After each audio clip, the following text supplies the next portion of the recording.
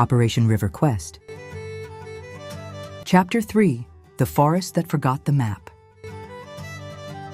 The third morning on the river arrived with a crisp chill in the air. The mist wrapped gently around the boat like a silken blanket. Mum was the first to wake, quietly boiling water and preparing a warm breakfast: boiled eggs, sausages, and toast. The gas stove, finally fixed, worked perfectly now, and the smell of breakfast filled the cozy cabin of the dream seeker. Alex and Olin stirred awake, full of energy. "Is that sausage I smell?" Olin asked, leaping from his bunk.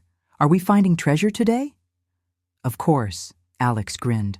"Or maybe treasure will find us." After breakfast, the family talked about a nearby water park they had read about.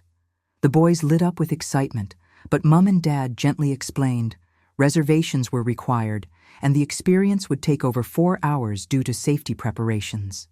"We know a place just like it not far from home," Mum said. "Would you rather spend the day stuck waiting or keep adventuring?" The boys looked at each other and nodded. "Let's keep sailing." Before they set off, they visited the kind old man who had let them moor beside him the night before, and of course, his cheerful dog. "Can we take him for one more walk?" Alex asked. The man smiled warmly. "He's been waiting for you." While walking the dog along the river, a strange thing happened. He suddenly dashed into a nearby bush and came back with an old, crumpled piece of paper. "Look at this," Olin cried. It looked like part of a map, worn by time, with faded lines and scribbles.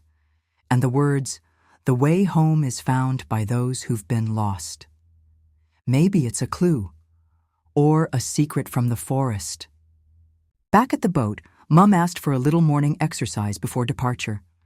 They rode their bikes for about 15 minutes along the riverside path, laughing and racing through the cool morning air. They returned, packed up, and went to say goodbye. "Thank you for letting us moor beside you," the boys called. The old man waved. "May you find treasure, wherever it may be." He gently pushed their boat away from the dock and stood waving, his dog barking happily beside him. The dream seeker glided away, heading back toward Banagher. On the way, they stopped for lunch near Clonmacnoise, under a shady tree with a soft breeze blowing by.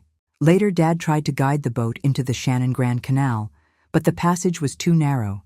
They couldn't get through. So they continued cruising until they returned to the familiar Banagher Harbor once more.